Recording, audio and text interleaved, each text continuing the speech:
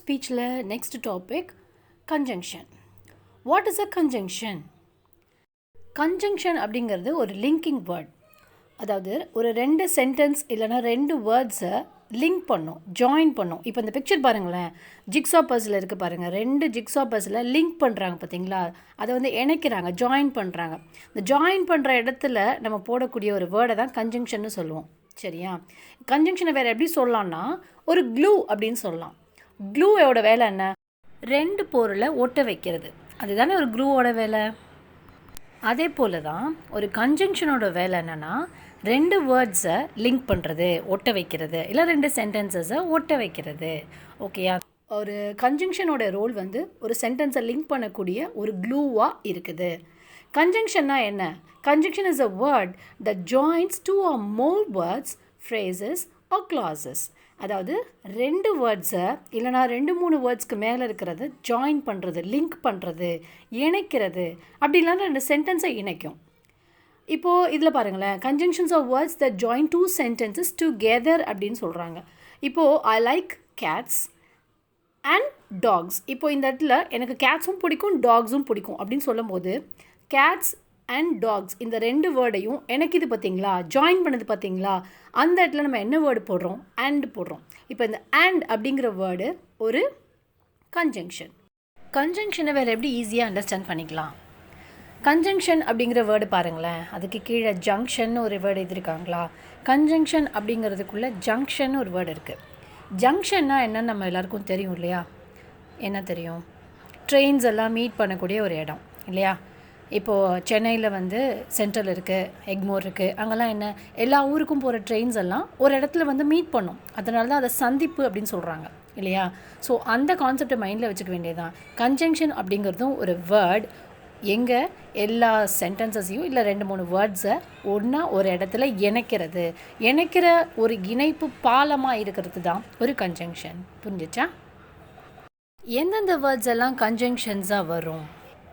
And, or, but, yet, nor, so, for, because, while, after, once, when, until, who, so that இப்படிங்கிற மாதிரி conjunctions இருக்குது. இது மட்டும் இல்லை, நிறைய கன்ஜங்ஷன்ஸ் இருக்குது. இப்போ ரொம்ப காமனாக பேசிக்காக யூஸ் பண்ணக்கூடிய சில கன்ஜங்ஷன்ஸை நம்ம பார்க்கலாம். And, but, or, so, because இதெல்லாம் நம்ம அடிக்கடி படிச்சிருப்போம். அதோட மீனிங் ஒவ்வொருத்துக்கும் மீனிங் நம்ம தெரிஞ்சுக்கிட்டோன்னா எந்த சுச்சுவேஷனில் அண்ட் யூஸ் பண்ணணும், எப்போ பட் யூஸ் பண்ணணும், எப்போ ஆர் யூஸ் பண்ணணுன்றதை நம்ம பார்க்கலாம். சரியா? யூஸ்வலாக எப்போ அண்ட் யூஸ் பண்ணோம் அப்படின்னா ஒரு விஷயத்தை பற்றி பேசிகிட்டு இருக்கும்போது அதுக்கு ரிலேட்டடாக அதோட அடிஷ்னல் இன்ஃபர்மேஷன் கொடுக்குற மாதிரி இருக்குன்னா அப்போ தான் நம்ம அண்ட் யூஸ் பண்ணுவோம். பாருங்களேன், and டெல்ஸ் me to tell more or add to my idea. Example பாருங்களேன், பீனட் பட்டர் அண்ட் ஜெல்லி. இப்போது இதில் ஒன்றோட ஒன்று ரிலேட் ஆகிருக்கு பார்த்தீங்களா? இப்போ பிரெட் அண்ட் ஜாம் சொல்லுவோம்ல, பிரெட் பட்டர் அண்ட் ஜாம் அப்படி சொல்கிறோம்ல, அந்த மாதிரி ஒன்றோட ஒன்று ரிலேட் ஆகிருக்கிற விஷயங்களோட நம்ம அண்ட் யூஸ் பண்ணுவோம். ஓகேயா? இந்த எக்ஸாம்பிளில் ரெண்டு சென்டென்சஸை ஜாயின் பண்ணுது பாருங்கள். They walked in the park, they played in the park. இப்போ இந்த ரெண்டு சென்டென்ஸுமே ஒரே இடத்துல நடந்த விஷயம், ஒரே இடத்துல ரெண்டு செயல் நடந்திருக்கு. ஒன்று வாக் பண்ணியிருக்காங்க, ஒன்று விளையாடிருக்காங்க. ஸோ இதுவுமே ரெண்டுமே ஒன்றோட ஒன்று ரிலேட் ஆகிருக்கிற விஷயம் இல்லையா? அடிஷ்னல் இன்ஃபர்மேஷன் நம்ம கொடுக்குறோம். அப்பையும் நம்ம என்ன தான் போடணும்? அண்ட் தான் போடணும்.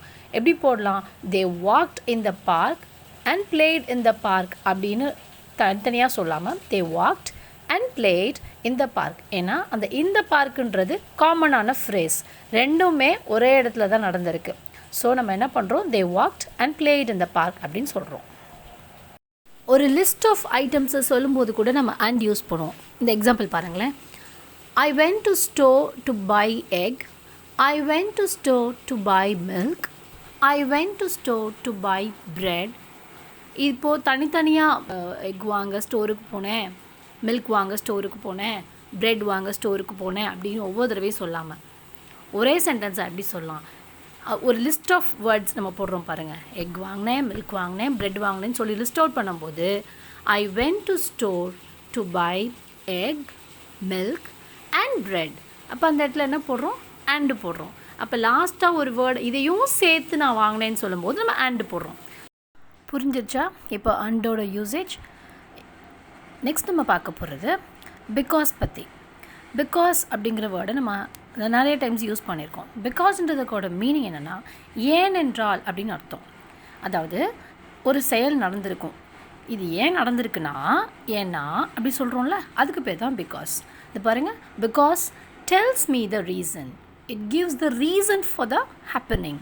ஏன் இப்படி நடந்தது, என்ன காரணத்தினால, ஏன்னா அப்படின்னு சொல்கிறோம்ல, அதுக்கு பேர் தான் பிகாஸ்.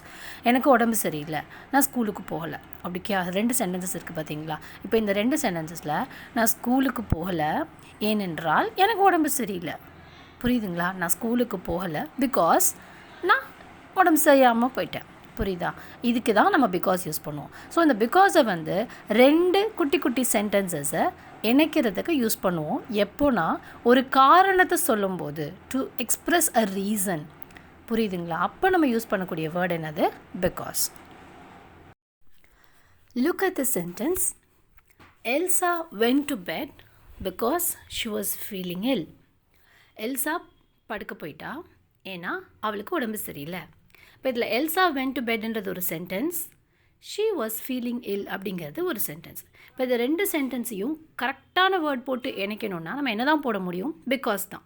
பிகாஸ் ஏன்னா எல்சா படுக்க போனதுக்கு என்ன காரணம் அப்படிங்கிறது பின்னாடி இருக்கிற சென்டென்ஸ் தான் சொல்லும். எதுக்காக படுக்க போனால் அவள் உடம்பு சரியில்லை, அதனால படுக்க போனோம். ஸோ அந்த கரெக்டான வேர்டு தான் என்னது? பிகாஸ். இந்த பிக்சரை பாருங்கள். She didn't drink the tea because it was very hot. அந்த டீ கப்பில் இருக்கிறது பாருங்கள் எவ்வளோ ஹாட்டாக இருக்குது. She didn't drink the tea. டீயை குடிக்கல ஏன்னா அது ரொம்ப ஹாட்டாக இருந்தது. புரியுதுங்களா? அவள் டீயை குடிக்கலை, அதுக்கு என்ன காரணம்? அது ஹாட்டாக இருந்ததுன்றதுனால. ஸோ என்ன காரணன்ற லிங்கிங் வேர்டு தான் நம்ம இங்கே போடணும். புரியுதா? நெக்ஸ்ட்டு நம்ம பார்க்க போகிற கன்ஜங்ஷன் பட். பட்டுன்ற வேர்டுக்கு என்ன மீனிங் அப்படின்னா ஆனால் அப்படின்னு அர்த்தம். அது எப்போ நம்ம ஆனால்ன்ற வேர்டை யூஸ் பண்ணுவோம் அப்படின்னா, ஒரு கான்செப்டை சொல்லிகிட்டு இருக்கும்போது அதுக்கு என்டையர்லி டிஃப்ரெண்ட்டான வேறு ஒரு எக்ஸ்ப்ரெஷனை நம்ம கொடுக்குறோன்னு வச்சுக்கோங்களேன், அப்போ ஆனால்னு சொல்லுவோம். எனக்கு சாக்லேட்ஸ் பிடிக்கும், ஆனால் என்னோடய பிரதருக்கு சாக்லேட்ஸ்னாலே பிடிக்காது அப்படின்னு சொல்கிறோன்னு வச்சுக்கோங்க. இப்போ புரியுதா டிஃப்ரென்ஸு? ஒரு கான்செப்ட்லேருந்து வேறு ஒரு டிஃப்ரெண்ட்டான கான்செப்ட், என்டையர்லி ஆப்போசிட்டான ஒரு விஷயத்தை சொல்லும்போது நம்ம பட் சொல்லுவோம். அப்போ அதுதான் இங்கே மேலே போட்டிருக்காங்க பாருங்கள். It changes the direction. அப்படியே நம்ம டைரக்ஷனே மாற்றி கொண்டு போய்டும், ஒரு டிஃப்ரெண்ட்டான விஷயத்த சொல்லும். அதுதான் என்ன சொல்லியிருக்காங்கன்னா, இட் டெல்ஸ் சம்திங் டிஃப்ரெண்ட். ஓகேயா? இப்போ இந்த சென்டென்ஸ் பாருங்கள். But is use to connect things that are different R separated. வித்தியாசமான விஷயங்களை கனெக்ட் பண்ணுறதுக்கோ இல்லை செப்பரேட் பண்ணி தனியாக காட்டுறதுக்கோ நம்ம யூஸ் பண்ணுறோம். அதாவது I want popcorn but not பீஸா.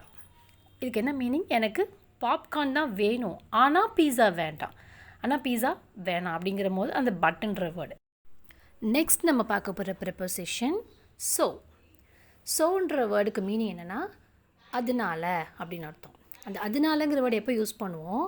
ஏதோ ஒரு காரியம் நடந்திருக்கு, அதனுடைய முடிவு இப்படி ஆயிருக்கு, அதனுடைய விளைவுன்னு சொல்லுவோம் இல்லையா?